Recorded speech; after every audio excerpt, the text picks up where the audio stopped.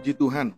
Pertama-tama kita mengucap syukur kepada Tuhan oleh karena kasih dan kemurahan-Nya yang telah memungkinkan kita untuk mengusahakan dan memelihara ibadah pendalaman Alkitab yang disertai dengan perjamuan suci. Puji Tuhan, biarlah kiranya Tuhan menyatakan kemurahan hati-Nya kepada kita lewat pembukaan firman yang sebentar sekaligus meneguhkan setiap hati kita masing-masing. Puji Tuhan. Saya juga tidak lupa menyapa anak-anak Tuhan, umat Tuhan yang sedang mengikuti pemberitaan firman Tuhan lewat live streaming, video internet, YouTube, Facebook, dimanapun Anda berada. Selamat malam, salam sejahtera dan bahagia kiranya memenuhi setiap kehidupan kita masing-masing.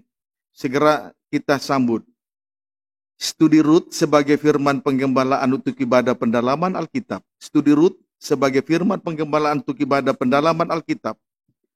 Rut pasal yang ketiga, ayat 2 sampai dengan ayat yang keempat. Langsung ayat 2 sampai dengan ayat 4. Silakan. Demikian firman Tuhan. Ya. Rut dan Boas di tempat pengirikan. Ya. Maka sekarang bukankah Boas yang pengerja-pengerjanya perempuan telah kau temani itu adalah sanak kita? Ya. Dia pada malam ini menampi jelai di tempat pengirikan. Ya, terus? Maka mandilah dan beruraplah. Mandilah, beruraplah. Terus? Pakailah pakaian bagusmu. Pakailah pakaian bagusmu, terus? Dan pergilah ke tempat pengirikan itu. Pergi ke tempat pengirikan, terus? Tetapi janganlah engkau ketahuan kepada orang itu. Ya. Sebelum ia selesai makan dan Ayat minum. 4. Jika ia membaringkan diri tidur, Ya. haruslah engkau perhatikan baik-baik Ya. tempat ia berbaring. Perhatikan baik-baik tempat ia berbaring, terus? Kemudian datanglah dekat, singkapkanlah selimut dari kakinya dan berbaringlah di sana. Ya, berbaringlah di kaki Boas, terus? Maka ia akan memberitahukan kepadamu apa yang harus kau lakukan. Puji Tuhan. Naomi adalah seorang ibu yang memiliki pandangan rohani, lalu berkata kepada Rut, mandilah dan beruraplah, dan pakailah pakaian bagusmu, dan pergilah ke tempat pengirikan. Kemudian Naomi kembali berkata, perhatikan baik-baik tempat ia berbaring. Puji Tuhan. Pendeknya ada 5 perkara penting yang diperintahkan oleh Naomi, dan yang harus diperhatikan oleh Rut. 1. Mandilah. 2. Beruraplah. 3. Memakai pakaian bagus. 4. Pergilah ke tempat pengirikan. 5. Perhatikanlah baik-baik tempat ia berbaring. Puji Tuhan.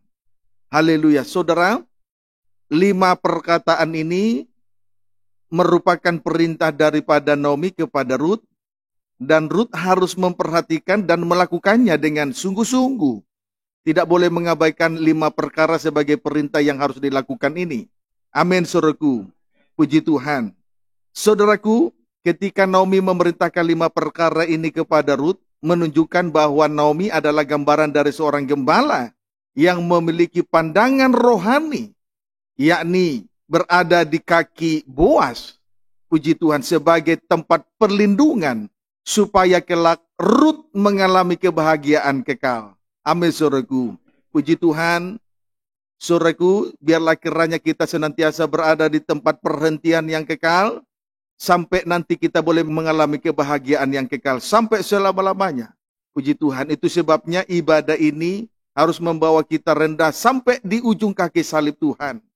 Ibadah ini tidak berhenti dan memuncak sampai kepada ibadah Yahudi, sabat Yahudi, tetapi sabat ini, hari perhentian ini, ujung kaki Tuhan ini, tidak berhenti hanya sampai pada sabat Yahudi, tetapi harus dibawa sampai kepada sabat Tuhan Yesus Kristus. Itulah hari ke-7. Hari perhentian penuh dengan damai sejahtera. Itulah gambaran dari kerajaan 1000 tahun damai. Puji Tuhan. Selanjutnya kita akan memperhatikan 5 perintah daripada Naomi ini kepada Rut. Dan kelima-limanya dan kelima perkara ini harus dilakukan oleh Rut. Sesuai dengan ayat yang kelima. Rut pasal yang ketiga ayat yang kelima. Puji Tuhan. Sekarang kita akan awali dari keterangan angka Romawi 1, mandi. Rut adalah bangsa Moab, bangsa kafir, bukan bangsa Yahudi. Maka secara otomatis noda kekafiran tentu saja masih melekat di dalam diri Rut. Dan hal inilah yang menajiskan pribadi dari Rut sebagai bangsa kafir. Amin. Selain daripada itu, Rut juga merupakan seorang janda karena ia ditinggal mati oleh suaminya, yakni Mahlon, anak Naomi sendiri. Oleh sebab itulah, Rut harus mengalami penyucian. Maka langkah pertama yang harus diperhatikan oleh Rut ialah mandi. Amin, saudaraku. Langkah pertama yang harus diperhatikan oleh Rut adalah mandi. Puji Tuhan. Haleluya. Saudaraku, tidak ada seorang yang tidak suka dengan mandi. Setiap orang pasti menyukai untuk mandi. Dan ketika kita mandi, kita akan mengalami kesegaran di dalam seluruh tubuh ini. Amin, saudaraku. Setiap orang mandi pasti mengalami kesegaran. Orang yang malas mandi tidak akan pernah mengalami kesegaran. Orang yang mandi akan mengalami kesegaran dan itu juga memberi pemulihan dan kesembuhan. Jangan malas mandi. Amin, saudaraku. Puji Tuhan. Soal mandi ini harus diperhatikan, apalagi seorang perempuan. Efesus 5 ayat 26. Ya, silakan. Demikian firman Tuhan. Ya. Untuk menguduskannya, Ya. sesudah ia menyucikannya Ya. dengan memandikannya dengan air dan firman. Puji Tuhan. Gereja Tuhan akan mengalami pengudusan atau penyucian tentu saja sesudah dimandikan dengan air dan firman. Amin, saudaraku. Berarti diperlukan air dan firman yang limpah. Puji Tuhan, karena gereja Tuhan akan mengalami pengudusan, gereja Tuhan akan mengalami penyucian, tentu saja sesudah dimandikan oleh air dan firman, berarti diperlukan air dan firman yang limpah. Sejenak kita akan melihat tentang air dan firman yang limpah. Wahyu 22 ayat 1. Wahyu 22 ayat 1. Ya. Demikian firman Tuhan. Ya. Lalu ia menunjukkan kepadaku sungai air kehidupan. Sungai air kehidupan terus. Yang jernih bagaikan kristal. Ya. Dan mengalir keluar dari tahta Allah dan tahta anak domba Puji itu. Tuhan. Sungai air kehidupan mengalir keluar dari tata Allah dan tata anak domba. Inilah air firman yang limpah. Sungai air kehidupan yang mengalir keluar dari tata Allah dan tata anak domba. Inilah air dan firman yang limpah.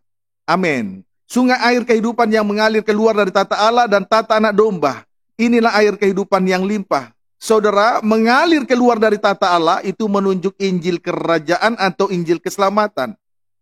Puji Tuhan. Mengalir keluar dari tata Allah itu menunjuk Injil kerajaan atau Injil keselamatan. Puji Tuhan. Kehidupan yang diselamatkan satu kelak akan berada dalam kerajaan surga dan mereka itu adalah milik kepunyaan Allah yang sudah dimateraikan oleh Allah itu sendiri. Amin, saudaraku. Puji Tuhan. Kiranya dapat dipahami dengan baik. Amin, saudaraku. Beribadah sungguh-sungguh. Amin, saudaraku. Puji Tuhan. Haleluya. Jadi sekali lagi saya sampaikan dengan tanda sungai air kehidupan yang mengalir keluar dari tata Allah dan tata anak domba itu merupakan air dan firman yang limpah.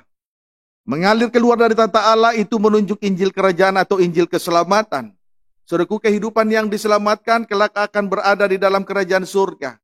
Mereka itu adalah milik kepunyaan Allah yang sudah dimeteraikan oleh Allah sendiri. Bagaikan 144.000 orang yang dimeteraikan dari 12 suku Israel. Itu yang merupakan inti mempelai. Tetapi malam ini tidak ada kesempatan untuk menguraikan tentang hal itu. Amin. Kemudian mengalir keluar dari tata anak domba. Kemudian mengalir keluar dari tata anak domba. Itu menunjuk cahaya Injil tentang kemuliaan Kristus. Menunjuk cahaya Injil tentang kemuliaan Kristus. Sama dengan firman pengajaran yang rahasianya dibukakan. Saudara bisa nanti baca sendiri di dalam 2 Korintus 4 ayat 3 sampai dengan ayat yang keempat.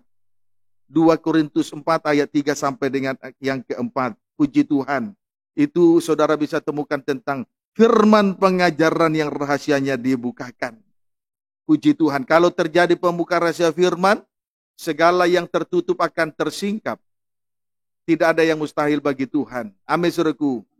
Pendeknya, lewat pembuka rahasia firman Tuhan, terjadi keajaiban di dalam setiap kehidupan kita masing-masing. Maka mau tidak mau, kita butuh sungai air kehidupan yang jernih mengalir keluar dari tata Allah dan tata anak domba. Inilah air dan firman yang limpah, supaya kehidupan dari gereja Tuhan mengalami pengudusan dan penyucian oleh mandi air dan firman Tuhan. Amin.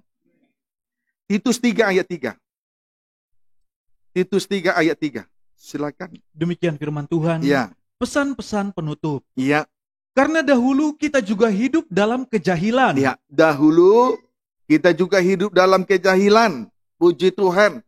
Dahulu kita hidup dalam kejahilan. Ini merupakan gambaran dari bangsa kafir.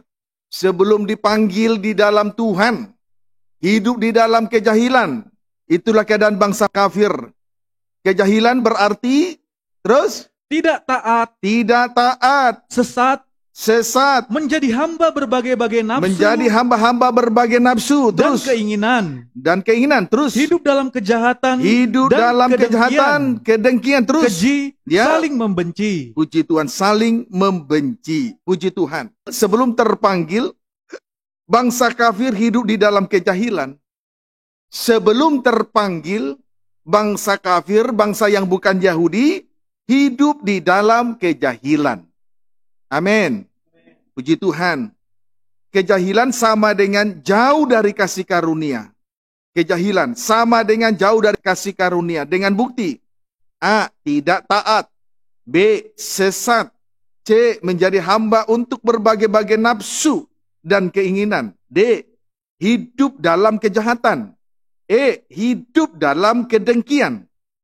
F. Keci. G. Saling membenci. Itulah kejahilan dari bangsa kafir.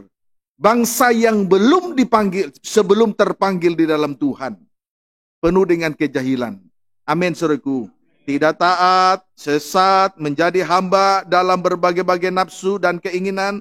Kemudian hidup dalam kejahatan. Kemudian hidup dalam kedengkian. Atau disertakan dengan iri. Kemudian hidup dalam keji. Kemudian saling membenci satu dengan yang lain. Itu merupakan kejahilan dari bangsa kafir sebelum dia dipanggil. Amin, saudaraku. Puji Tuhan. Saudara bisa ingat keadaan kita masing-masing sebelum kita terpanggil. Kita ini bangsa Indonesia, bukan bangsa Yahudi. Kita bangsa kafir. Penuh dengan kejahilan. Seperti apa yang saya sampaikan di atas tadi, bukan? Ayat 4-5. Tetapi ketika nyata kemurahan Allah, terus juru selamat kita, Allah, juru selamat, terus dan kasihnya kepada manusia, bukan saja kepada bangsa Yahudi, kepada manusia, termasuk bangsa kafir yang bukan Yahudi, terus pada waktu itu dia telah menyelamatkan kita. Iya, terus bukan karena perbuatan baik, bukan dengan hasil usaha seseorang, bukan dengan perbuatan baik oleh seseorang, bukan oleh amal soleh seseorang, kebaikan seseorang, terus yang telah kita lakukan. Iya. Tetapi karena rahmatnya. Rahmat Tuhan. Amin. Amin. Apa rahmat Tuhan? Antara lain oleh permandian kelahiran kembali. Oleh permandian kelahiran kembali. Yang kedua, dan oleh pembaharuan yang dikerjakan oleh Roh Kudus. Nah, ini kemurahan dari Tuhan bagi bangsa kafir yang bukan orang Yahudi. Jadi kalau kita diselamatkan bukan karena gagah hebat, bukan karena kita pintar, pandai, punya gelar tinggi, kedudukan jabatan yang tinggi, bukan karena perbuatan yang baik dalam segala perkara, bukan karena amal soleh, melainkan oleh karena permandian kelahiran kembali. Dua, oleh pembaharuan yang dikerjakan oleh Roh Kudus. Jadi jelas, kita diselamatkan, bangsa kafir diselamatkan, bangsa yang bukan Yahudi diselamatkan, jelas karena rahmat Tuhan. Jelas karena kemurahan hati Allah. Kasih karunia Tuhan bagi kita sekaliannya. Puji Tuhan. Kiranya dapat dipahami dengan baik.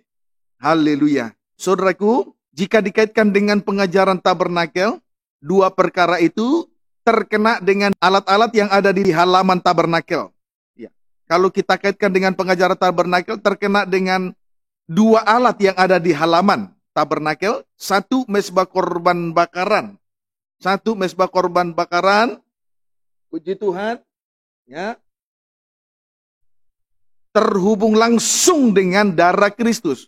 Mezbah korban bakaran itu terhubung langsung dengan darah salib Kristus. Amin.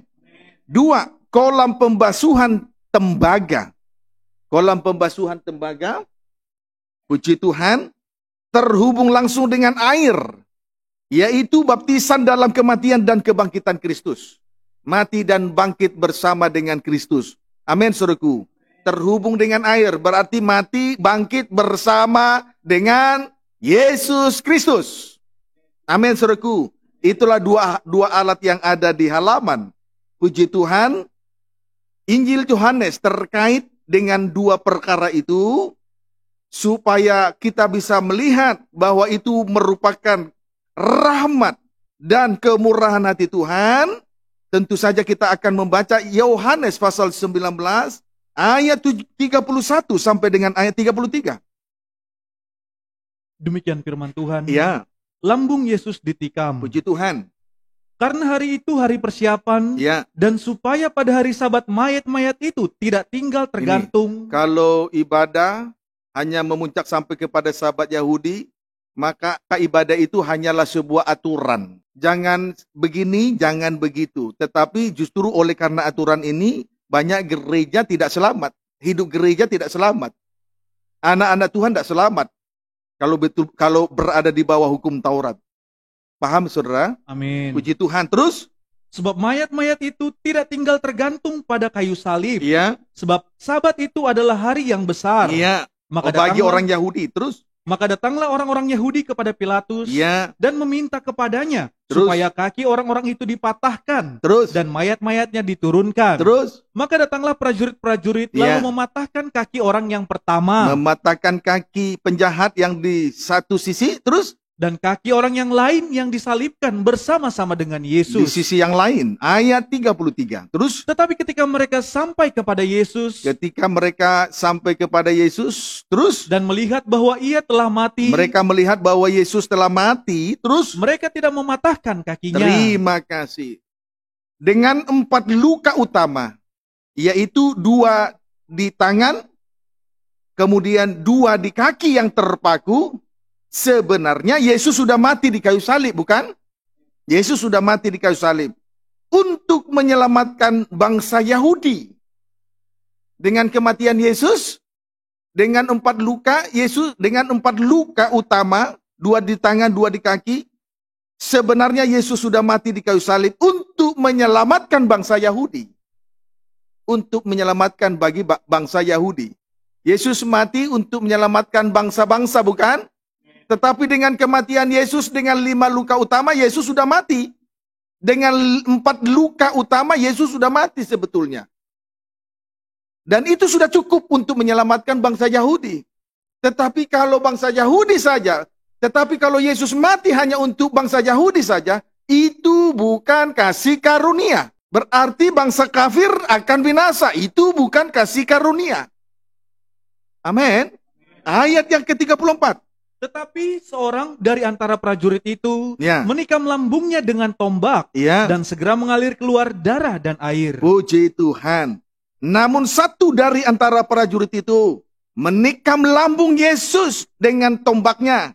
Segeralah mengalir keluar darah dan air. Dengan demikian, bangsa kafir dilahirkan kembali. Bangsa kafir dilahirkan kembali. Inilah kasih, inilah kemurahan hati Tuhan. Inilah rahmat Tuhan. Dinyatakan langsung kepada bangsa kafir lewat pekerjaan yang dikerjakan oleh Yesus Kristus atau kematian Yesus di atas kayu salib di Bukit Golgota. Jadi Bukit Golgota adalah bukit yang besar. Kalau di dalam rumah Tuhan, di tengah ibadah dan pelayanan, terhubung langsung dengan sengsara salib di Golgota, itu merupakan rumah Tuhan, gunung Tuhan yang besar. Jadilah kehidupan yang besar. Puji Tuhan, tidak berjiwa kerdil, rela berkorban. Puji Tuhan, sama seperti anak yang dilahirkan oleh seorang perempuan, tentu saja ditandai dengan darah dan air, bukan? Ditandai dengan darah dan air ketuban. Itu tanda kelahiran anak, seorang anak. Ditandai dengan darah dan air ketuban. Amin, saudaraku.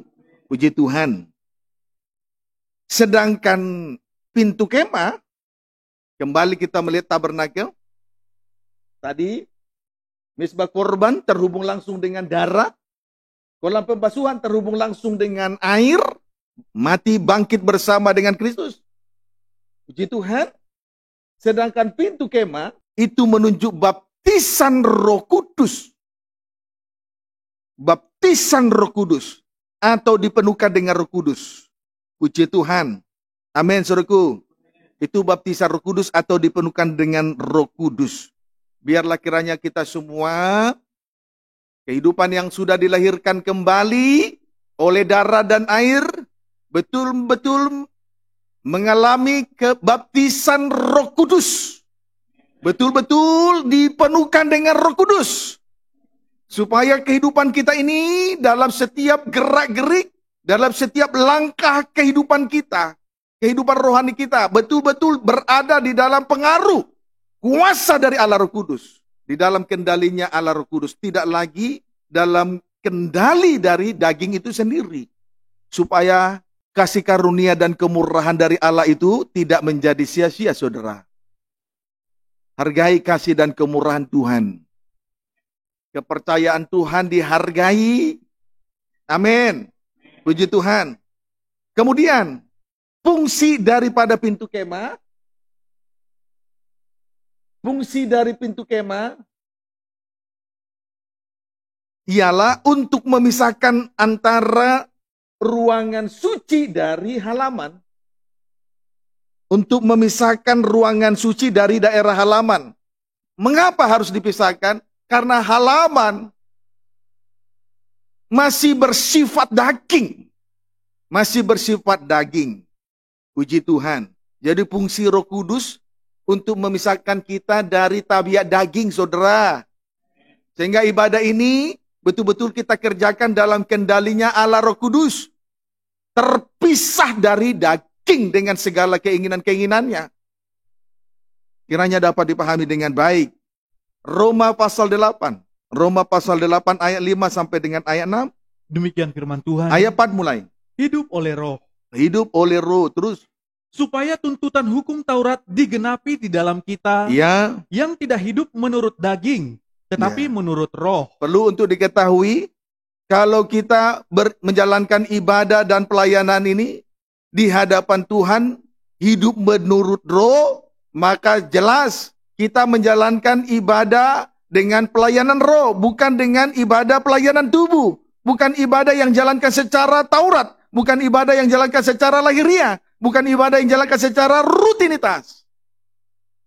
Kalau kita ada di dalam kepenuhan dari Allah Roh Kudus, kalau kita mengalami baptisan Roh Kudus, kita tidak berada di bawah hukum Taurat. Dan kita juga menjalankan ibadah tidak dijalankan secara Taurat.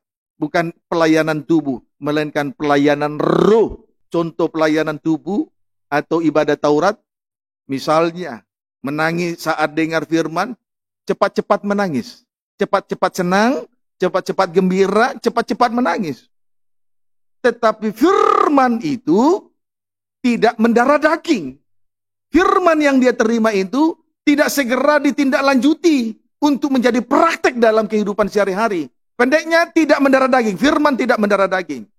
Itu hanya sebatas keharuan. Itu kalau hanya sebatas keharuan, namun firman yang diterima tidak dipraktekkan, itu namanya ibadah Taurat. Pelayanan tubuh. Ibadah Taurat itu sama seperti huruf-huruf firman yang tertulis pada dua loh batu. Hukum Taurat yang ditulis pada dua loh batu. Tidak hidup, mati. Huruf itu mati, roh yang menghidupkan. Dapat dipahami, saudaraku. Puji Tuhan. Ayat 5 sampai dengan ayat 6. Sebab mereka yang hidup menurut daging. Hidup menurut daging. Memikirkan hal-hal yang dari daging. Mereka itu pasti memikirkan hal-hal yang dari daging. Sekalipun sudah berada di tengah-tengah ibadah dan pelayanan. Namun kalau dia masih hidup di dalam daging, pasti menuruti keinginan daging. Tidak bisa, tidak. Terus.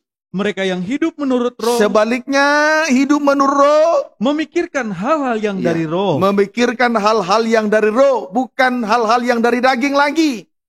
Memikirkan dari hal-hal yang dari roh berarti memikirkan perkara di atas. Sama dengan memikirkan perkara rohani. Sama dengan memikirkan ibadah dan pelayanan. Dengan segala kegiatan-kegiatan yang ada di dalamnya. Itu kalau seseorang hidup di dalam pengaruh yang besar dari Allah Roh El Kudus. Amin. Amin. Camkanlah, perhatikanlah dengan sungguh-sungguh, teramat lebih seorang imam, pelayan Tuhan, hamba Tuhan, pemimpin sidang jemaat. Ayat yang ke-6. Karena keinginan daging adalah maut. Keinginan daging akan berakhir dengan kebinasaan, maut, kebinasaan. Terus, Tetapi keinginan roh adalah hidup dan damai sejahtera. tetapi keinginan roh adalah hidup dan satu paket dengan damai sejahtera.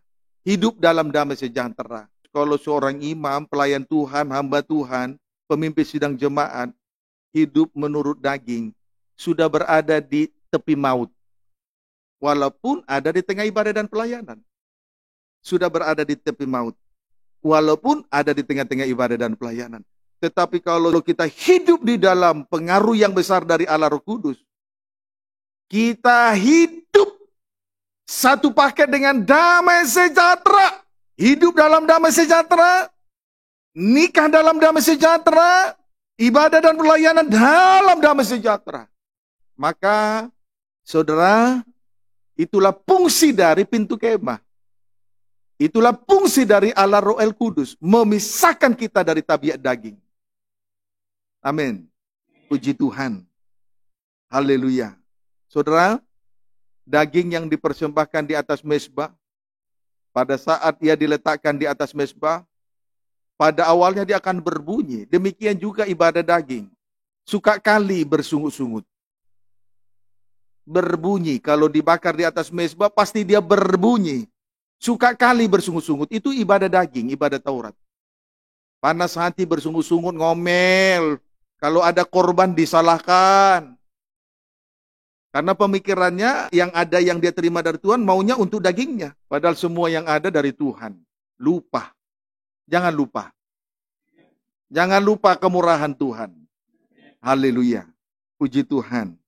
Sebab itu kalau saya ingat kembali dengan 4 makhluk yang tertulis di dalam Wahyu pasal yang keempat itu.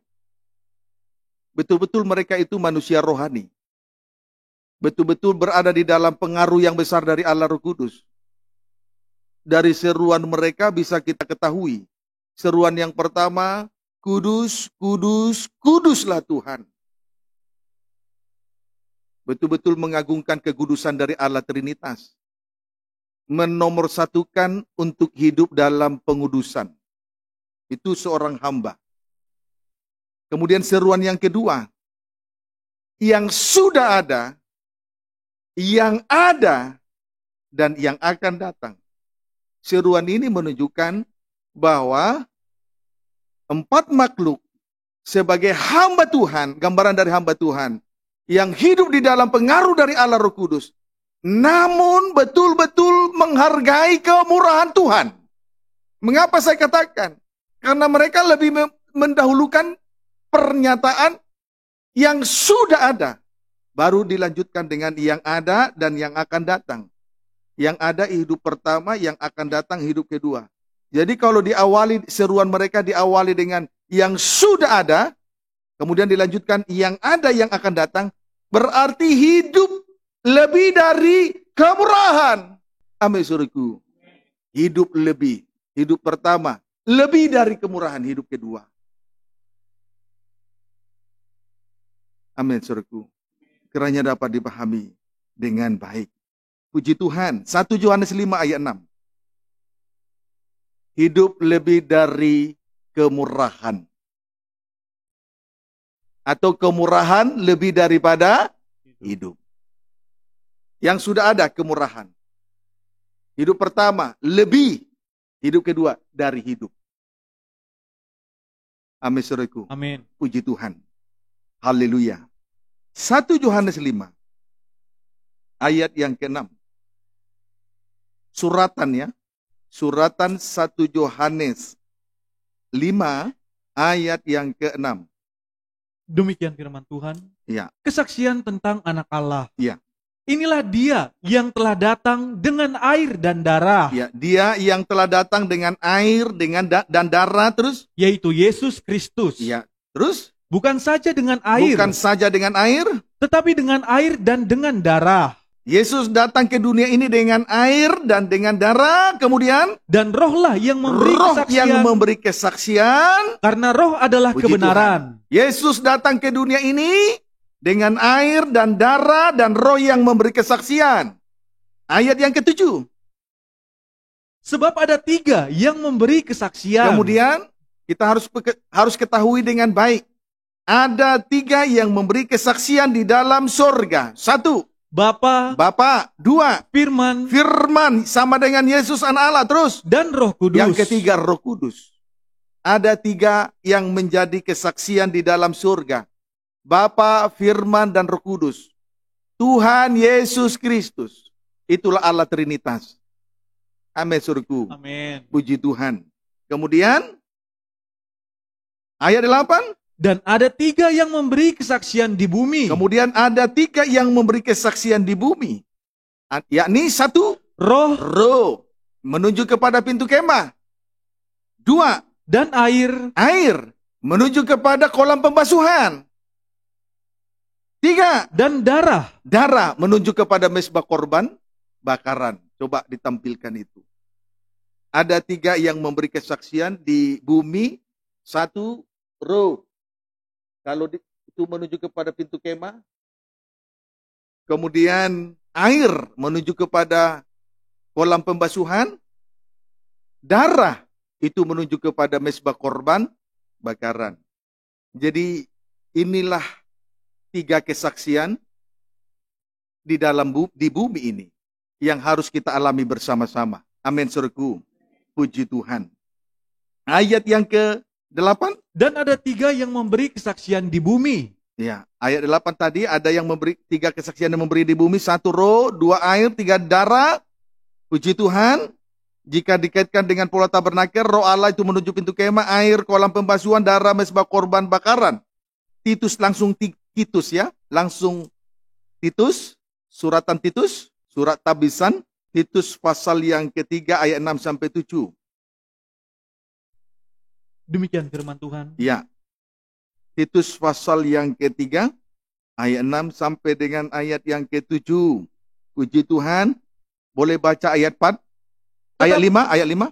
Pada waktu itu dia telah menyelamatkan kita. Ya, bangsa kafir terus. Bukan karena perbuatan baik yang Ya. telah kita lakukan, Itulah terus. tetapi karena rahmat-Nya, Oleh rahmat, oleh karena kemurahan terus. oleh permandian kelahiran kembali, Permandian lahir kembali terus. dan oleh pembaharuan yang dikerjakan oleh Kemudian Roh Kudus. pembaharuan yang dikerjakan oleh Roh Kudus.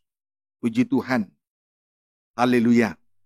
Tadi kita sudah saksikan bersama-sama, bukan? Amin.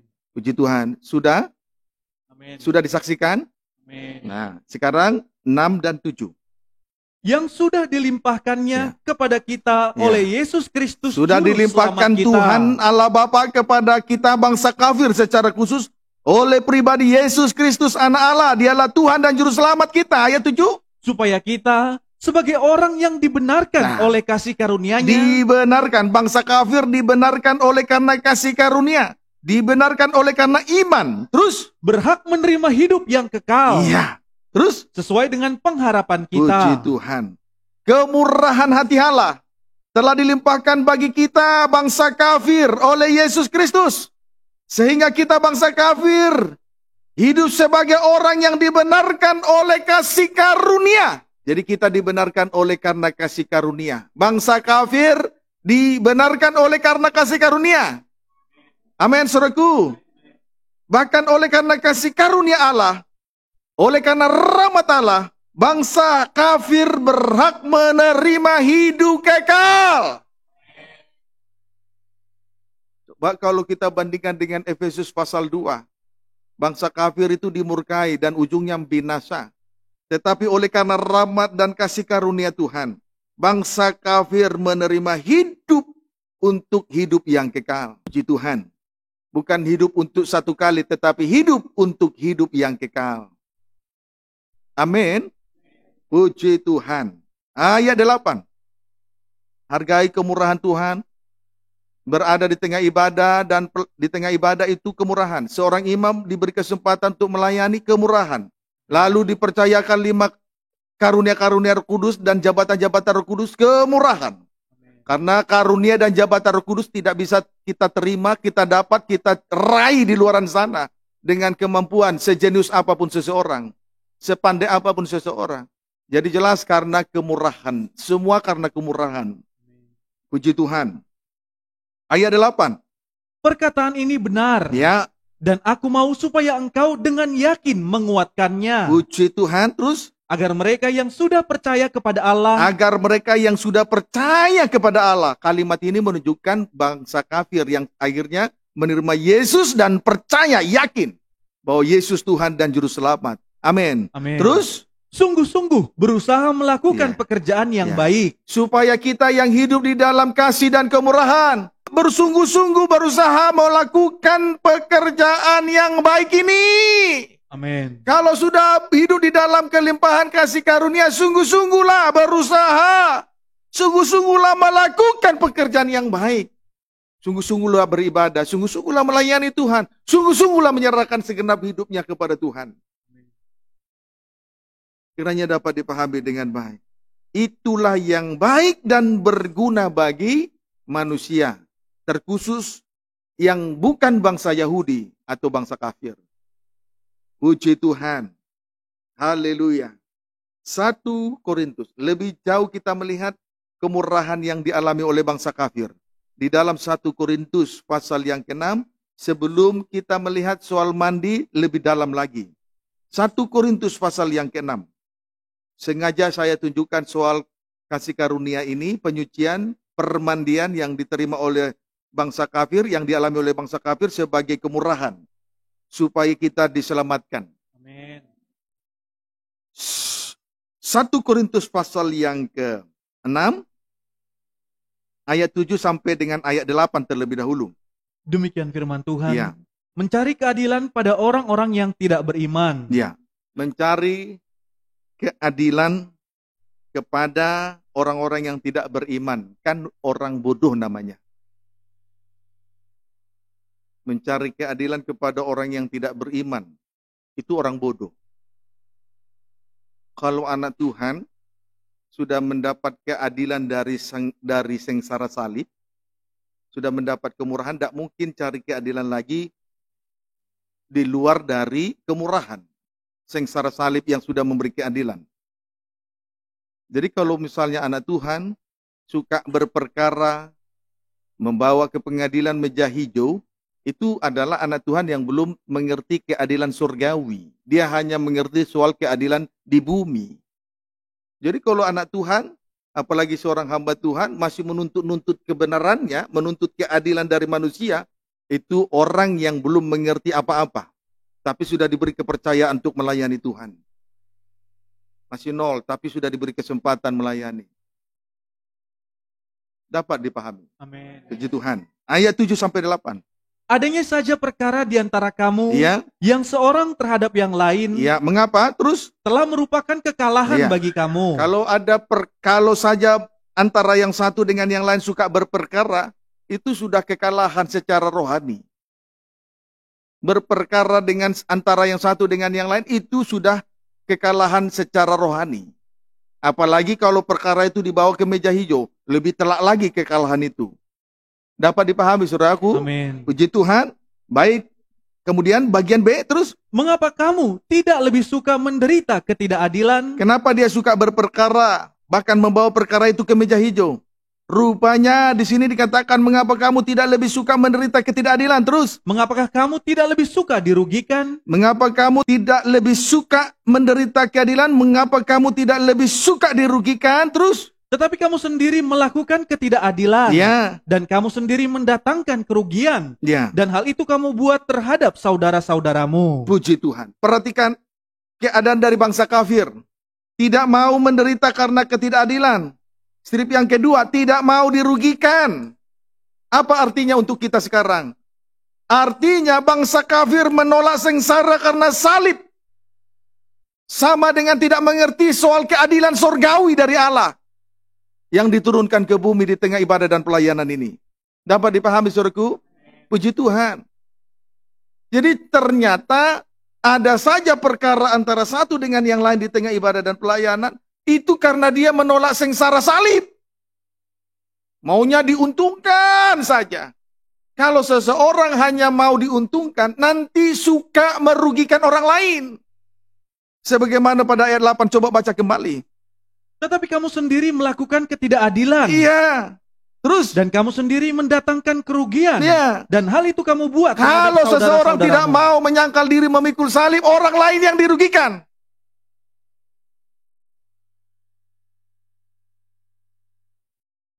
Amin, saudaraku. Orang lain yang dirugikan. Puji Tuhan. Ini loh yang tidak mengerti. Ini bukan keadilan dari surga dari Allah. Ini keadilan dari bumi. Tetapi kalau keadilan dari surga dari Allah, sudah seharusnya kita ini memikul salib. Mau mengorbankan diri untuk orang lain. Tapi kalau tidak mau mengorbankan diri untuk orang lain, berarti orang lain yang dikorbankan. Kalau hanya mencari keuntungan, berarti orang lain yang dirugikan. Kiranya dapat dipahami dengan baik. Puji Tuhan. Bagaimana dengan kita? Kita datang beribadah hanya untuk kumpul-kumpul uang, lalu kita kirim kemana-mana, tapi lupa dengan setetes darah salib yang memberikan ibadah ini, memberikan pelayanan, memberkati kita. Sudah tidak adil namanya. Dapat dipahami saudaraku. Puji Tuhan. Haleluya. Lalu ayat 9 sampai dengan ayat 10. Atau tidak tahukah kamu? Ya, atau tidak tahukah kamu terus? Bahwa orang-orang yang tidak adil tidak akan mendapat bagian dalam kerajaan Allah. Bangsa kafir yang tidak mengerti keadilan surgawi, tidak mengerti keadilan dari Allah, tidak mendapat bagian dalam kerajaan surga. Amin, saudaraku. Amin. Lalu terus sebab itu janganlah sesat. Bagian B, janganlah sesat. Lihatlah kesesatan bangsa kafir. Orang cabul, penyembah berhala. 2, menyembah berhala. Orang berzina. 3, berzina. Banci. 4, banci. Orang pemburit. 5, pemburit. Terus pencuri. 6, pencuri. Orang kikir. 7, kikir. Pemabuk. 8, mabuk hawa nafsu. Terus pemfitnah. 9, memfitnah, menyalahkan orang lain, membenarkan diri menyalahkan orang lain. Terus dan penipu. 10, penipu. Terus tidak akan mendapat bagian dalam kerajaan Allah. Tidak mendapat bagian dalam kerajaan surga. Puji Tuhan. Perlu untuk diketahui, orang-orang yang tidak adil, itulah bangsa yang bukan bangsa Yahudi, itulah bangsa yang bukan bangsa Yahudi, bangsa kafir, tidak mendapat bagian dalam kerajaan surga. Praktek ketidakadilan. 1, berlaku cabul. Berlaku cabul. Puji Tuhan, berlaku cabul sama dengan nafsu rendah. Contoh, meninggalkan ibadah hanya karena uang, itu nafsu rendah. Meninggalkan ibadah karena pekerjaan, meninggalkan ibadah karena kuliah, meninggalkan ibadah karena kesibukan, nafsu rendah, cabul. 2, penyembah berhala. Berhala adalah segala sesuatu yang melebihi dari Tuhan. 3, berzina. Berzina rohani sama dengan menduakan hati Tuhan. 4, banci. Banci ini tidak laki-laki, tidak perempuan. Tidak jelas. Itu banci. Paham saudaraku? Terkadang pakai rok, terkadang pakai celana. Dan kalau pakai celana juga kayak rok. Pakai rok tapi kayak celana. Tidak jelas.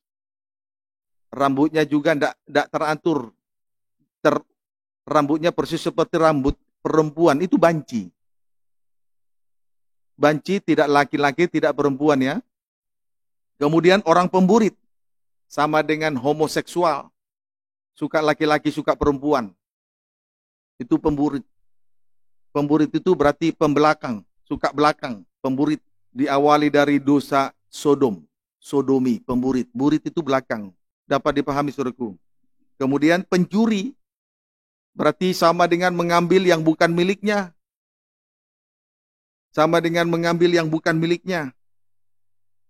Puji Tuhan. Contoh, tidak 1/10. Berarti sama dengan pencuri. Puji Tuhan. Saya kalau dapat berkat, nanti dari Malaysia dapat berkat Alkitab, saya akan tanya harganya berapa. Supaya saya tahu nanti mengembalikan berapa jumlah 1/10. Kalau misalnya contoh harganya 150.000, berarti 1/10-nya 15.000. Saya mendapat makanan ringan, saya tanya berapa harganya. Mengapa saya tanya? Walaupun harganya 10.000, supaya tahu mengembalikan miliknya Tuhan. Kalau harga makanan itu 10.000, berarti 1.000 1/10-nya. Tadi sore ada jemaat yang mengantar sop yang mungkin dia beli dari kedai rumah makan. Ya, saya sudah perkirakan berapa harganya, supaya jangan saya menjadi pencuri. Sama-sama kita tidak menjadi pencuri. Amin, saudaraku. Dalam perkara kecil, jangan menganggap enteng dosa. Dosa kecil, dosa besar sama. Jadi yang dihitung 1/10-nya bukan hanya 1/10 dari gaji. Berkat yang kita terima, hitung semua. Hitung kemurahan Tuhan. Amin, saudaraku. Jangan menjadi pencuri. Kemudian orang kikir. Kikir itu sama dengan pelit. Sama dengan tidak suka berbagi sekalipun dia punya. Puji Tuhan. Itu kikir namanya. Tidak masuk surga, saudaraku. Kemudian penipu. Contoh A jadi B, B jadi A. Yang salah menjadi benar, yang benar jadi salah. Itu penipu. Dan itulah ketidakadilan daripada bangsa kafir. Ketidakadilan daripada bangsa yang bukan bangsa Yahudi. Sebelum dipanggil di dalam Tuhan. Sebelum terpanggil. Sebelum hidup di dalam Tuhan. Sebelum hidup di dalam kemurahan hati Tuhan. Amin. Ayat yang ke-11. Dan beberapa orang di antara kamu demikianlah dahulu. Ya. Tetapi kamu telah memberi dirimu disucikan. Ya, tetapi kamu telah memberikan dirimu disucikan. Kamu bangsa kafir telah memberi dirimu disucikan. Terus kamu telah dikuduskan. Kamu telah dikuduskan. Terus kamu telah dibenarkan. Kamu telah dibenarkan oleh darah salib Kristus, air dan darah dan roh. Terus dalam nama Tuhan Yesus Kristus yang dikerjakan oleh kematian Yesus di atas kayu salib. Sehingga kita diselamatkan. Amin, saudaraku. Amin. Puji Tuhan. Nah, inilah ketidakadilan dari bangsa kafir. Akhirnya berujung kepada maut. Tetapi pada akhirnya bangsa kafir disucikan, dikuduskan, dan dibenarkan oleh darah, air, dan roh. Sehingga diselamatkan. Inilah 3 saksi di bumi. Bangsa kafir diselamatkan. 3 saksi ini harus nyata. Supaya bangsa kafir memperoleh kemurahan. Hidup di dalam rahmat-Nya Tuhan. Puji Tuhan. Kiranya dapat dipahami dengan baik. Haleluya. Puji Tuhan. Nah, sekarang kita akan melihat sebuah kisah. Juga dialami oleh bangsa kafir. Dalam perjanjian lama. Puji Tuhan. Kehidupan yang akhirnya dimandikan oleh Tuhan. Sampai sempurna. 2 Raja-Raja 5. Ayat 1 terlebih dahulu. Ini soal mandi ya. Amin. Puji Tuhan. Langkah-langkah untuk berada di ujung kaki Tuhan. Hari perhentian. Perlindungan supaya ada kebahagiaan. Itulah nikah dan rumah tangga. Pertama harus mandi. Itu perintah Naomi kepada Rut. Dan Rut harus melakukannya. Wajib. Wajib hukumnya. Puji Tuhan. 2 Raja-Raja 5 ayat 1. Demikian firman Tuhan. Ya. Naaman disembuhkan. Naaman disembuhkan. Puji Tuhan. Dipulihkan. Disembuhkan berarti dipulihkan. Kalau kita tergembala, maka hak rawat akan kita alami masing-masing. Amin. Amin. 2 Raja-Raja 5 ayat 1. Naaman panglima Raja Aram. Ya, panglima Raja Aram. Terus adalah seorang terpandang di hadapan tuannya. Seorang terpandang. Terus dan sangat disayangi. Disayangi. Terus sebab oleh dia Tuhan telah memberikan kemenangan kepada orang Aram. Memberi kemenangan, banyak kemenangan untuk orang Aram. Terus tetapi orang itu seorang pahlawan tentara sakit kusta. Seorang pahlawan tentara namun sakit kusta. Puji Tuhan. Sebagai bangsa Aram, bukan orang Yahudi, sama dengan bangsa kafir. Naaman mempunyai kebanggaan tersendiri. Antara lain, satu, panglima sama dengan mempunyai kedudukan. Saya ulangi lagi ya. Sebagai bangsa Aram, berarti bukan orang Yahudi, bukan bangsa Yahudi. Sama dengan bangsa kafir. Amin. Naaman mempunyai 5 kelebihan. Satu, ia adalah panglima. Sama dengan mempunyai kedudukan. Dua, seorang terpandang. Sama dengan kebesaran di dunia. Tiga, disayangi tuannya. Sama dengan dipermuliakan oleh dunia ini. Empat, memberi kemenangan besar. Lima, seorang pahlawan. Tentara. Sama dengan kegagahan. Amin, saudaraku. Seorang pahlawan tentara itu jelas sama dengan kegagahan. Dapat dipahami, saudaraku. Puji Tuhan. Haleluya. Namun sangat disayangkan. Sebab ternyata di balik 5 perkara yang disebut sebagai kebanggaan dari bangsa kafir, ternyata Naaman mengalami sakit kusta. Mengalami 5 kebanggaan, kelebihan dari bangsa kafir. Ternyata Naaman mengalami sakit kusta. Puji Tuhan. Kiranya dapat dipahami dengan baik. Kita lihat sejenak tentang penyakit kusta di dalam Bilangan pasal 12. Secara singkat saja mengenai Bilangan 12 ini. Bilangan 12 ayat 2. Demikian firman Tuhan. Bilangan 12 ayat 10. Bilangan 12 ayat 10. Pemberontakan Miriam dan Harun. Ya, baca. Dan ketika awan telah naik dari atas kemah, ya, maka tampaklah Miriam kena kusta. Tampaklah Miriam kena kusta terus putih seperti salju. Nah, penyakit kusta itu putih seperti salju. Sekujur tubuhnya itu, kulitnya itu putih seperti salju. Terus ketika Harun berpaling kepada Miriam, ya, maka dilihatnya bahwa dia kena kusta. Puji Tuhan. Singkatnya, Miriam kena kusta. Berarti seluruh tubuhnya putih seperti salju. Putih seperti salju. Puji Tuhan. Saudaraku, oleh karena kasih dan kemurahan Tuhan, sekalipun dosa itu merah seperti kain kesumba akan menjadi putih seperti salju. Kalau darah salib yang menguduskannya. Amin, saudaraku. Puji Tuhan. Tapi lihatlah ayat 2 dan ayat yang ke-8.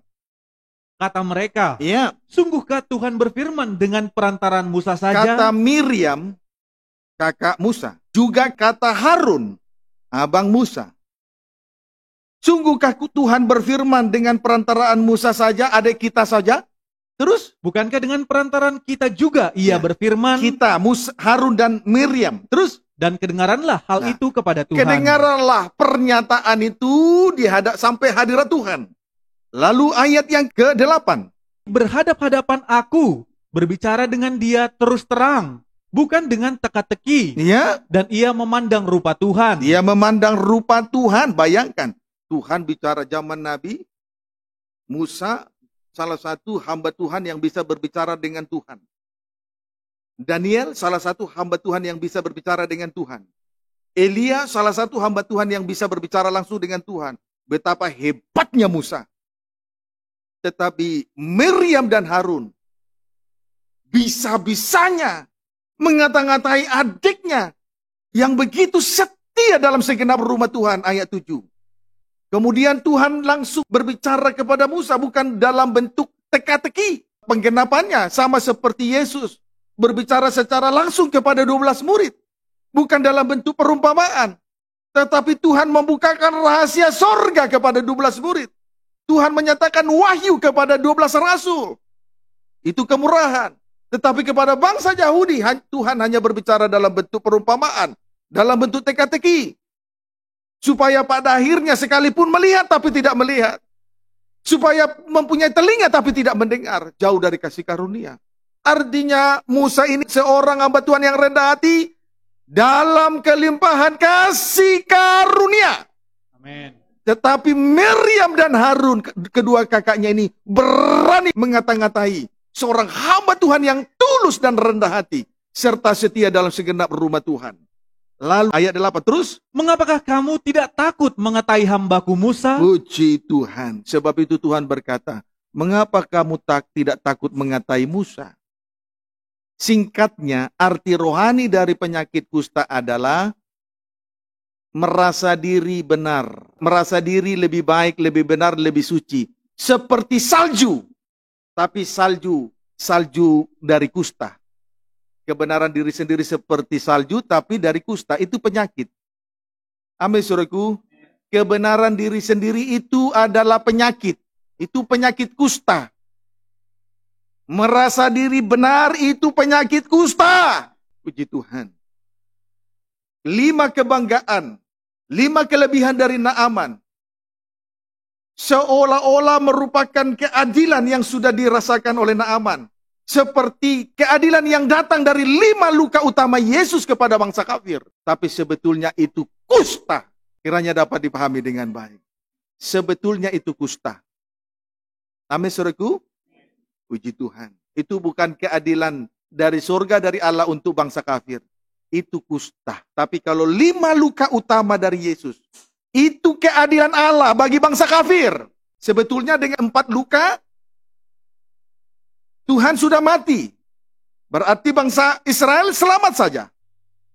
Tetapi bangsa kafir tidak mengalami kemurahan. Nah, ditambahlah 1 luka lagi. 1 dari prajurit menikam lambung Yesus dengan tombak. Dari luka inilah segera keluar mengalir darah dan air. Bangsa kafir mendapat kemurahan untuk diselamatkan. Dapat dipahami. Tetapi kebenaran diri sendiri itu kusta. Seperti putih, seperti salju. Seperti putih dan seperti salju. Seperti benar, tapi penyakitan. Dapat dipahami, saudaraku. Puji Tuhan. Haleluya. Saya kira tidak baik. Dan tidak elok dipandang mata kalau masih hidup di dalam kebenaran diri sendiri. Menurut ukuran dunia memang terlihat baik. Tapi menurut pemandangan Tuhan tidak elok. Kalau anak Tuhan sudah penuh dengan hikmat, dia akan mengenal pribadi seseorang. Dia penyakit kusta atau tidak. Dan kalau seseorang sudah mengenal penyakit kusta, dan itu tidak elok di pemandangannya, demikian juga di pemandangan Tuhan. Amin, saudaraku. Puji Tuhan. Kiranya dapat dipahami dengan baik. Puji Tuhan. Haleluya. Nah, sekarang kita lihat peraturan di Israel terkait dengan penyakit kusta. Lihat peraturan di Israel, kalau 1 dari antara umat itu mengalami penyakit kusta. Bilangan pasal yang ke-5 ayat 2. Boleh ayat 1 terus baca? Demikian firman Tuhan. Ya. Peraturan-peraturan mengenai orang-orang yang najis. Jadi penyakit kusta itu juga yang menajiskan seseorang. Amin, saudaraku. Amin. Itu yang menajiskan seseorang. Kebenaran diri sendiri itu yang menajiskan seseorang. Ayat 1. Tuhan berfirman kepada Musa. Ya. Perintahkanlah kepada orang Israel. Ya. Supaya semua orang yang sakit kusta. Semua orang yang sakit kusta. Semua orang yang mengeluarkan lelehan. Terus. Dan semua orang yang najis oleh mayat. Disuruh meninggalkan tempat perkemahan. Puji Tuhan, lepaskan diri dari tabiat daging, baik itu orang tua, itu yang menajiskan. Amin, saudaraku. Amin. Mayat, itu rohani yang mati, kematian rohani. Karena tabiat daging. Mungkin orang tua, anak, adik, sahabat, itu yang menajiskan seseorang. Lepaskan diri dari sana ya. Amin. Puji Tuhan, apalagi kalau sudah melayani Tuhan.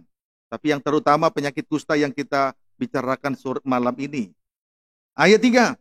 Baik laki-laki maupun perempuan. Laki-laki maupun perempuan. Haruslah kau suruh pergi. Harus kau suruh pergi. Terus. Keluar tempat perkemahan. Ya. Haruslah mereka kau suruh pergi. Diusir dari perkemahan dari bangsa Israel. Itulah peraturan yang berlangsung di antara bangsa Israel. Kalau ada satu dari antara bangsa itu mengalami sakit kusta, diusir dari antara perkemahan. Tapi sampai hari ini, Tuhan masih izinkan kita ada di dalam rumah Tuhan, bukan? Di kemahnya Tuhan, di bait sucinya Tuhan. Itu kemurahan loh, saudara. Tetapi kalau peraturan yang sesungguhnya di Israel, setiap orang yang mengalami sakit kusta diusir, disingkirkan dari perkemahan. Tidak diakui keberadaannya. Seperti muka yang kena ludah bapaknya. Betapa hinanya orang semacam ini. Kiranya dapat dipahami dengan baik. Dapat dipahami ya? Kembali di Bilangan 12. Bilangan 12 ayat 14 sampai 15. Demikian firman Tuhan. Kemudian berfirmanlah Tuhan kepada Musa. Ayat 13 baca. Lalu berserulah Musa kepada Tuhan. Ya Allah, sembuhkanlah kiranya dia. Sembuhkanlah kiranya Miriam. Terus? Kemudian berfirmanlah Tuhan kepada Musa. Ya.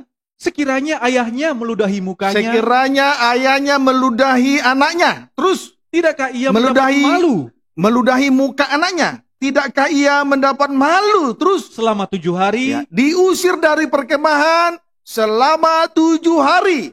Disingkirkan dari perkemahan bangsa Israel selama 7 hari. Sama seperti bapak meludahi muka anaknya.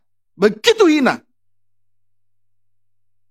Itu arti diusir 7 hari dari perkemahan. Seperti seorang ayah meludahi muka anaknya. Begitu hinanya. Puji Tuhan. Jangan suka meludah ya. Meludahi orang walaupun tidak ke mukanya. Orang yang suka meludah karena kesalahan orang, itu sebetulnya orang penyakit kusta. Dapat dipahami saudaraku. Terus, baca.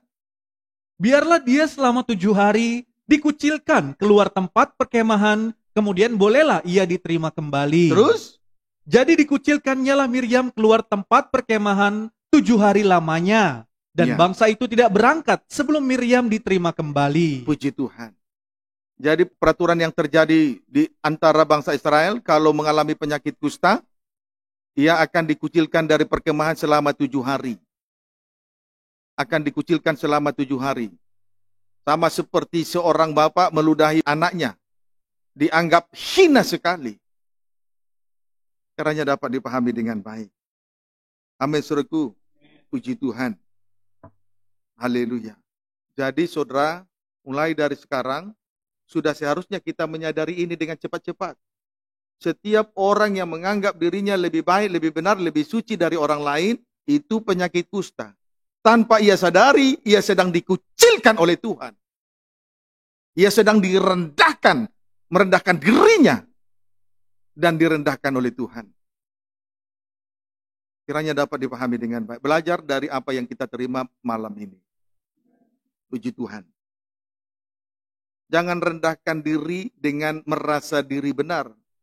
Jangan rendahkan diri dengan merasa lebih baik, lebih suci dari orang lain.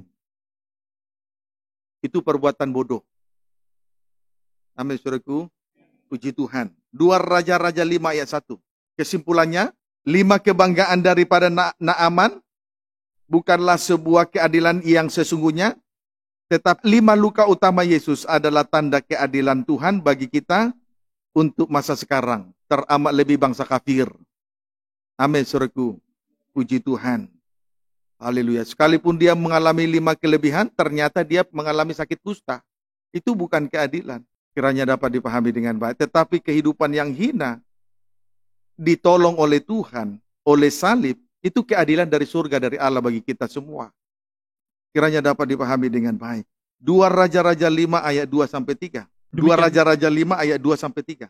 Orang Aram pernah keluar bergerombolan. Ya. Dan membawa tertawan seorang anak perempuan dari negeri Israel. Ya. Terus? Ia menjadi pelayan pada istri Naaman. Ya. Puji Tuhan. Haleluya. Orang Aram pernah keluar bergerombolan dan membawa tertawan seorang anak perempuan dari negeri Israel. Ia menjadi pelayan pada istri Naaman. Terus? Berkatalah gadis itu kepada nyonyanya. Pelayan itu berbicara kepada istri Naaman. Terus? sekiranya tuanku menghadap nabi yang di Samaria itu, Yang ada di Samaria itu, itulah Elisa. Terus, maka tentulah nabi itu akan menyembuhkan dia dari penyakitnya. puji Tuhan. Haleluya. Di sini kita melihat, berkatalah gadis itu. Gadis itu tidak lain tidak bukan, itulah pelayan dari seorang gadis yang ditawan dari Israel dan menjadi pelayan bagi istri Naaman.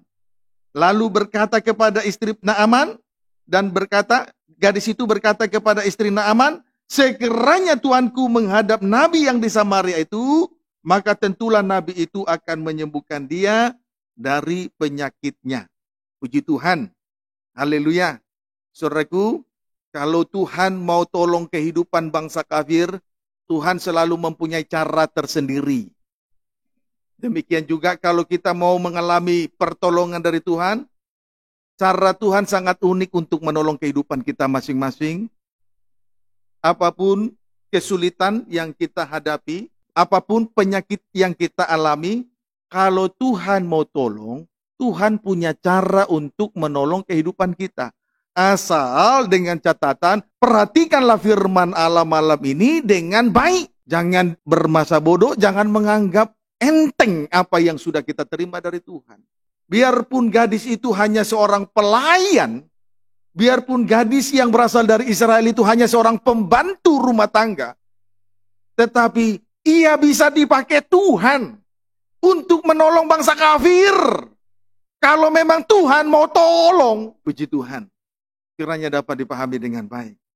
Jadi jangan kita menganggap enteng. Jangan anggap enteng ibadah dan pelayanan ini. Sekalipun kita hanya seorang yang kecil melayani di tengah ibadah, jangan anggap enteng. Berharga di mata Tuhan. Ayat yang keempat sampai dengan ayat 7. Lalu pergilah Naaman memberitahukan kepada tuannya. Ya, Katanya, ya, begini-beginilah dikatakan oleh gadis yang dari negeri Israel itu. ya, terus Maka jawab Raja Aram, akhirnya Naaman memberitahukan kepada Raja Aram, terus baik, pergilah, dan aku akan mengirim surat kepada Raja Israel. ya, Lalu pergilah Naaman dan membawa sebagai persembahan 10 talenta perak 10 talenta perak, terus dan 6.000 shikal emas 6.000 shikal emas. Luar biasa itu. Banyaknya jumlah persembahan yang dibawa Naaman ini. Terus dan 10 potong pakaian. kemudian 10 potong pakaian. Terus Ia menyampaikan surat itu kepada Raja Israel ya, yang berbunyi, ya, sesampainya surat ini kepadamu, isi dari surat, surat kuasa yang dibawa oleh Naaman kepada Raja Israel. Sesampainya surat ini kepadamu, terus maklumlah kiranya ya, bahwa aku menyuruh kepadamu Naaman, ya, pegawaiku, supaya engkau menyembuhkan Ya. dia dari penyakit kustanya. sembuhkanlah dia. Terus, Segera sesudah Raja Israel membaca surat itu, tetapi ketika Raja Israel membaca isi surat itu yang dikatakan sembuhkanlah dia, terus dikoyakkannya lah pakaiannya serta berkata, mengapa dia koyakan? Setelah dia membaca berita dan mengetahui berita itu, dia koyakan pakaiannya, lalu berkata terus, Allahkah aku ini ya, yang terus, dapat mematikan dan menghidupkan, terus, sehingga orang ini mengirim pesan kepadaku, terus, supaya ku sembuhkan seorang dari penyakit kustanya. ya, Tetapi sesungguhnya perhatikanlah dan lihatlah, ya. ia mencari gara-gara terhadap aku. Dia menganggap Raja Israel menganggap bahwa Raja Aram sedang mencari gara-gara. Untuk supaya terjadi peperangan, keributan, mencari keributan. Kira-kira begitu. Di Tuhan. Sebab Raja Aram meminta, setelah engkau membaca surat ini, sembuhkan dia. Lalu setelah membaca surat ini, dan mengetahui isi suratnya, segera dia koyakkan pakaiannya. Mengapa? Karena dia merasa dia bukan Tuhan yang sanggup menghidupkan dan mematikan manusia. Dia bukan Tuhan yang sanggup menyembuhkan orang. Puji Tuhan. Haleluya. Terus, Segera sesudah didengar Elisa, tetapi setelah mendengarkan berita tentang kegelisahan Raja Israel, lihat respon dari Elisa. Terus Segera sesudah didengar Elisa, abdi Allah itu, respon dari Elisa ayat 8 terus, bahwa Raja Israel mengoyakkan pakaiannya, dikirimnyalah pesan kepada Raja. Terus bunyinya, mengapa engkau mengoyakkan pakaianmu? Terus, biarlah ia datang kepadaku, supaya ia tahu bahwa ada seorang nabi di Israel. Puji Tuhan. Haleluya. Setelah mendengarkan berita bahwa Raja Israel mengoyakkan pakaiannya, lalu Elisa memerintahkan Raja Israel supaya Naaman segera datang menghadap Elisa. Tepat seperti apa yang dikatakan oleh pelayan dari istri Naaman itu. Puji Tuhan. Kiranya dapat dipahami dengan baik. Lalu ayat 9, terus. Kemudian datanglah Naaman dengan kudanya dan keretanya. Lalu berhenti di depan pintu rumah Elisa. Lalu Naaman pun datang menghadap Elisa persis di depan pintu rumah. Lalu datanglah Naaman menghadap Elisa persis di depan pintu rumah Elisa. Puji Tuhan. Haleluya. Amin, saudaraku. Amin. Puji Tuhan. Lalu ayat yang ke-10.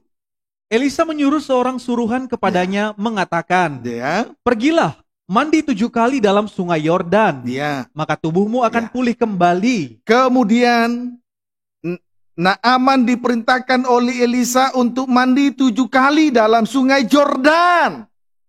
Tujuannya supaya tubuh Naaman menjadi tahir. Puji Tuhan. Kita semua sudah dimandikan oleh air dan firman. Diawali dengan kematian dan kebangkitan Yesus Kristus. Supaya kita dilahirkan kembali. Kita ditahirkan kembali dari penyakit kusta, kebenaran diri sendiri. Amin, saudaraku. Amin. Puji Tuhan. Haleluya. Sekarang, apa respon daripada Naaman? Ayat 11-12.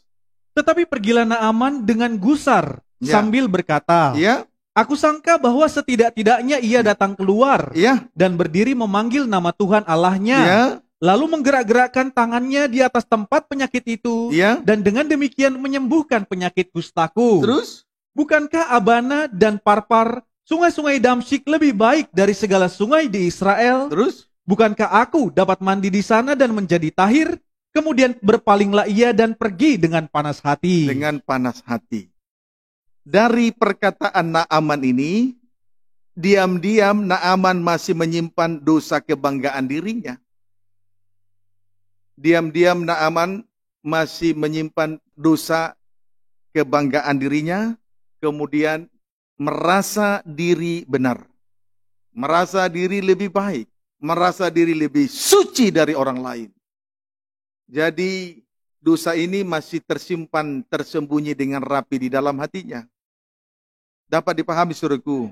Puji Tuhan. Tanda menyimpan dosa kebanggaan diri dan dosa kebenaran diri sendiri. 1, suka mengatur hamba Tuhan. Sebagaimana dalam ayat 9, Naaman berkata, aku sangka bahwa setidak-tidaknya ia datang keluar dan berdiri memanggil nama Tuhan Allahnya, lalu menggerak-gerakkan tangannya di atas tempat penyakit itu. Dan dengan demikian, menyembuhkan penyakit kustaku. Ini kan suka mengatur-atur hamba Tuhan. Amin, saudaraku. Puji Tuhan. Suka mengatur-atur hamba Tuhan. Kiranya dapat dipahami dengan baik. Kemudian, juga yang kedua, memilih tempat untuk mandi. Memilih tempat untuk mandi. Saudaraku, seharusnya anak-anak Tuhan, hidup gereja Tuhan, tidak perlu memilih tempat untuk mandi. Puji Tuhan. Amin, saudaraku. Tidak perlu. Karena Elisa sendiri tidak perlu menggerakkan tangannya. Di bagian mana yang sakit yang dialami oleh Naaman. Sidang jemaat juga tidak perlu memilih-milih tempat untuk mandi. Oh, karena gereja itu gedungnya mewah, mandinya di situ enak. Oh, karena gereja itu kecil, mandinya tidak enak di situ. Sebetulnya itu kesalahan yang besar. Kalau menurut saya, mandi yang baik, mandi sampai menuntaskan dosa. Berarti disucikan oleh air dan firman yang limpah sesuai dengan Wahyu 22 ayat 1. Itulah sungai air kehidupan yang mengalir keluar dari tata Allah dan tata anak domba. Jernih seperti kristal. Amin, saudaraku. Tapi tidak sedikit kehidupan anak-anak Tuhan semacam ini. Memilih tempat untuk mandi. Karena gedung itu mewah, mungkin ada AC dan lain sebagainya. Puji Tuhan. Tetapi itu cara berpikir anak-anak rohani. Dapat dipahami, saudaraku. Lihat anak-anak rohani. Sejenak kita baca dulu. Ibrani 6 ayat 1-2. Ibrani 6 ayat 1-2. Demikian firman Tuhan. Ya. Sebab itu marilah kita tinggalkan asas-asas pertama dari ajaran tentang Kristus. Ya, asas-asas pertama dari ajaran tentang Kristus. Puji Tuhan, terus. Dan beralih kepada perkembangannya yang penuh. Beralih kepada perkembangannya yang penuh, terus. Jangan kita meletakkan lagi dasar pertobatan dari perbuatan-perbuatan yang sia-sia. Terus. Dan dasar kepercayaan kepada Allah. Terus. Yaitu ajaran tentang pelbagai pembaptisan. Ya, berbagai pembaptisan, terus. Penumpangan tangan. Penumpangan tangan berarti terjadi mukjizat kesembuhan, terus. Kebangkitan orang-orang mati. Ya. Dan hukuman kekal. Ya. Lihat, asas-asas pertama dari ajaran tentang Kristus.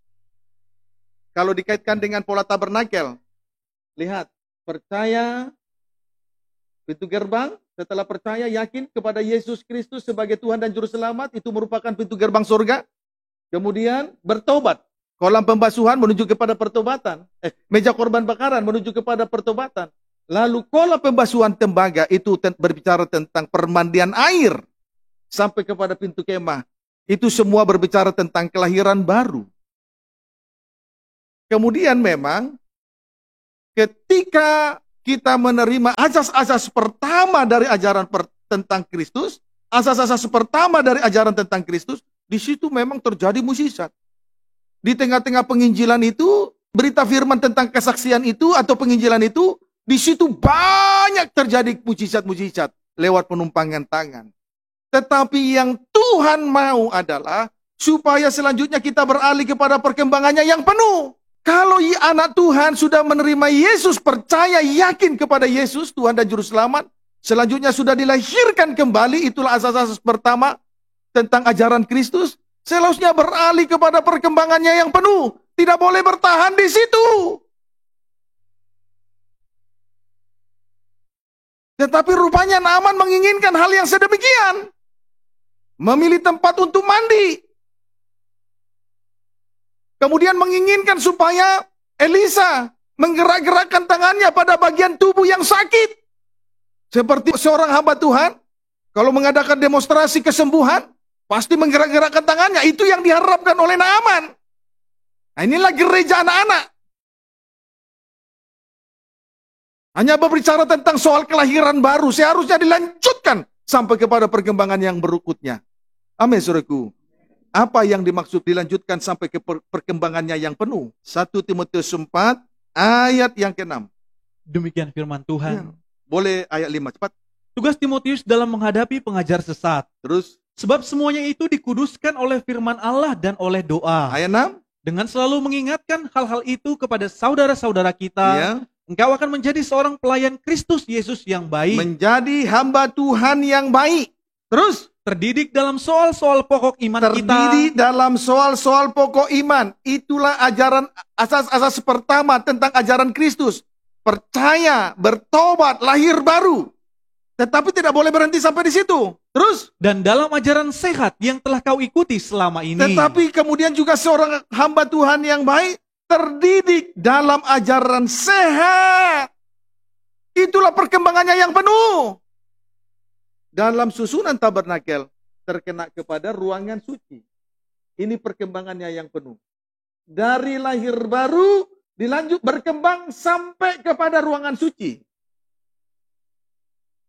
Tapi Naaman gambaran dari gereja kanak-kanak. Masih bangga dengan 5 perkara, masih menyimpan dosa kebenaran diri sendiri. Itu gereja kanak-kanak. Mencari tempat untuk mandi. Kemudian menginginkan seorang hamba Tuhan untuk menggerak-gerakkan tangan pada bagian tubuh yang sakit dialaminya. Itu gereja kanak-kanak.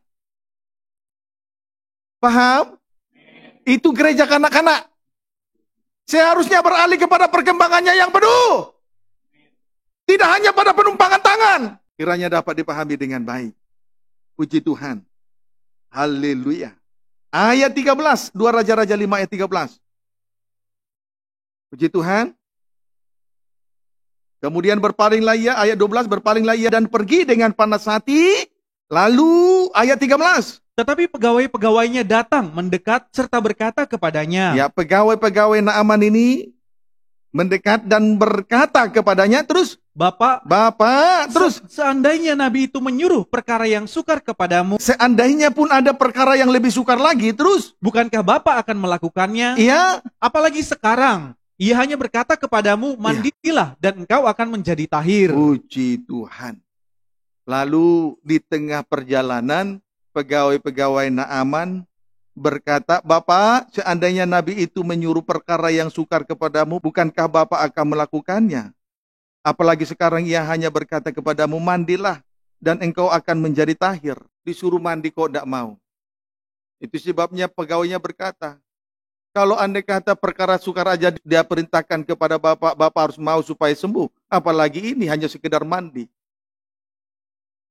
Kadang-kadang kita untuk mandi, datang ke tempat untuk mandi, datang kepada sebuah tempat untuk mandi. Itu sangat sukar sekali. Dengar firman sangat sukar sekali supaya mengalami penyucian. Banyak orang Kristen seperti itu. Susah mandi firman. Tapi coba kalau bicara mandi uang, langsung dua telinga ini berkembang kempis. Matanya hijau. Tadinya matanya hitam, jadi hijau. Kalau sudah bicara mandi uang. Tapi kalau mandi firman, setengah mati loh. Padahal toh juga untuk mengalami kesembuhan loh. Supaya hidupnya dipulihkan. Penyakitnya sembuh. Rohaninya dipulihkan. Supaya diubahkan oleh mandi air firman. Tapi itu juga susah. Coba bicara mandi uang. Matanya hijau. Kayak abu-abuan. Kadang pelangi. Tidak beraturan. Tapi disuruh mandi firman. Sangat sukar sekali. Bagaimana dengan kita? Yang mata hijau. Berubah ya? Puji Tuhan. Kiranya dapat dipahami dengan baik. Haleluya.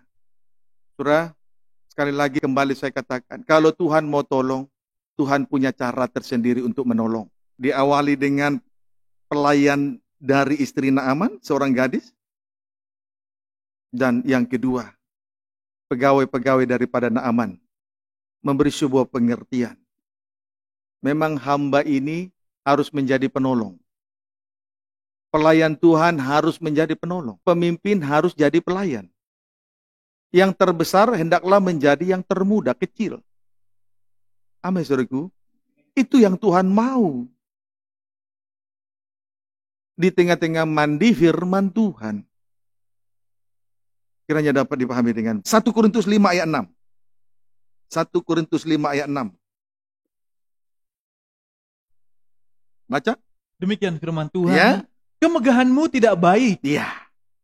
Puji Tuhan, kemegahanmu tidak baik. Terus. Tidak tahukah kamu bahwa sedikit ragi menghamiri seluruh adonan? Kemegahanmu tidak baik. Tidak perlu bangga dengan 5 perkara tadi. Jangan merasa diri lebih baik, lebih benar, lebih suci. Amin, saudaraku. Sebab sedikit ragi saja, itu sudah mengkamiri seluruh adonan hidup ini. Ingat, hidup ini karena kemurahan. Haleluya. Puji Tuhan. Haleluya. Pengkhotbah 7 ayat 9. Pengkhotbah 7 ayat 9. Terus baca. Demikian firman Tuhan. Ya. Hikmat yang benar. Hikmat yang benar. Terus. Janganlah lekas-lekas marah dalam hati. Ayat 8 mulai. Akhir suatu hal lebih baik daripada awalnya. Ya, akhir suatu hal lebih baik daripada awalnya. Amin, saudaraku. Amin. Puji Tuhan. Terus. Panjang sabar lebih baik daripada tinggi hati. Panjang sabar lebih baik daripada tinggi hati. Puji Tuhan. Lalu ayat 9. Janganlah lekas-lekas marah dalam hati. Jangan lekas-lekas marah dalam hati. Karena amarah menetap dalam dada orang bodoh. Karena amarah menetap dalam dada orang bodoh. Tadi Naaman itu panas hati dia. Karena dia disuruh ke sebuah tempat untuk mandi, tetapi yang tidak sesuai dengan pemikirannya, keinginannya. Dia marah sekali. Ini gambaran dari anak-anak Tuhan yang suka mengatur hamba-hamba Tuhan. Tetapi dengan jelas di sini katakan, jangan lekas-lekas marah dalam hati, karena amarah menetap dalam dada orang bodoh. Amin, saudaraku. Lalu akhir suatu hal itu lebih baik daripada awalnya. Puji Tuhan. Mazmur 37 ayat 8. Baca. Demikian firman Tuhan. Ya. Berhentilah marah. Ya. Dan tinggalkanlah panas hati itu. Berhentilah marah dan tinggalkanlah panas hati itu. Terus. Jangan marah. Jangan marah. Itu hanya membawa kepada kejahatan. Hanya membawa kepada kejahatan. Sekarang kita lihat respon daripada Naaman dalam 2 Raja-Raja 5 ayat 14. 2 Raja-Raja 5 ayat 14. Baca. Demikian firman Tuhan. Ya. Maka turunlah ia membenamkan dirinya 7 kali. Pada akhirnya turunlah ia membenamkan dirinya 7 kali. Mandi di sungai Yordan 7 kali terus. Dalam sungai Yordan. Ya. Sesuai dengan perkataan abdi Allah itu. Sesuai dengan perkataan Elisa, hamba Tuhan itu. Terus. Lalu pulihlah tubuhnya kembali. Ya. Seperti tubuh seorang anak. Ya. Dan ia menjadi tahir. Puji Tuhan. Tapi pada akhirnya turunlah Naaman membenamkan dirinya 7 kali dalam sungai Yordan. Akhirnya Naaman mandi di sungai Yordan sebanyak 7 kali. Puji Tuhan. Sesuai dengan perkataan Elisa, hamba Tuhan itu. Lalu pulihlah tubuhnya kembali seperti tubuh seorang anak. Dan ia menjadi tahir. Tubuh seperti seorang anak. Berarti lahir kembali. Yang terpenting adalah dengaran. Itu kunci keberhasilan. Untuk mandi. Sampai ditahirkan. Dengar-dengar. Jangan lagi suka ngatur hamba Tuhan. Jangan memilih tempat untuk mandi. Jangan bertahan dengan asas-asas pokok dari ajaran Kristus. Beralih kepada perkembangannya yang penuh. Pengkhotbah 7 ayat 9. Demikian firman Tuhan. Ya. Baca. Akhir suatu hal lebih baik daripada awalnya. Ya, akhir suatu hal lebih baik daripada awalnya. Memang awalnya Naaman panas hati. Tetapi akhirnya dia mau mandi. Di tempat di mana Elisa memerintahkan dia untuk mandi. Jadi dibutuhkan untuk dengar-dengaran. Itu kunci keberhasilan, kunci pemulihan. Dengar-dengaran. Puji Tuhan. Kiranya dapat dipahami dengan baik. Dan akhirnya pulihlah tubuhnya kembali seperti tubuh seorang anak. Berarti lahir kembali. Sudah dilahirkan kembali. Kiranya dapat dipahami dengan baik.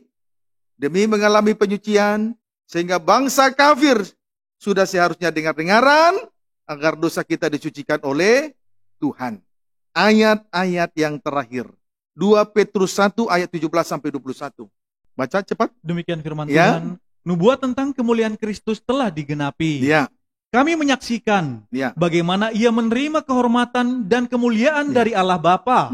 Ketika datang kepadanya suara dari yang maha mulia yang mengatakan, inilah anak yang kukasihi, kepadanya lah aku berkenan. Dengar apa yang ditulis oleh Petrus, terus? Suara itu kami dengar dari sorga, terus? Ketika kami bersama-sama dengan dia di atas gunung yang kudus.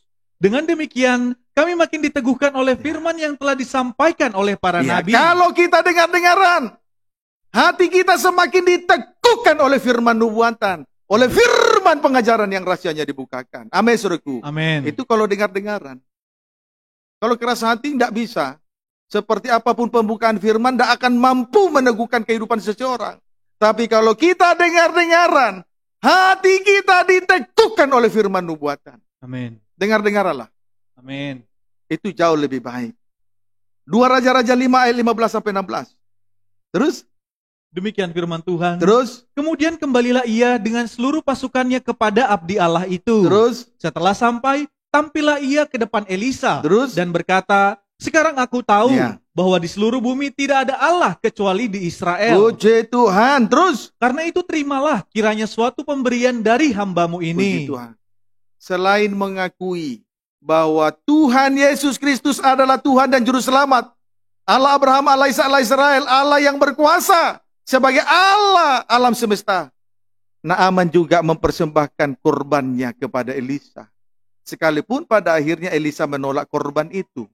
Karena Elisa rela membagi Injil Allah kepada Naaman. Amin, saudaraku. Amin. Puji Tuhan.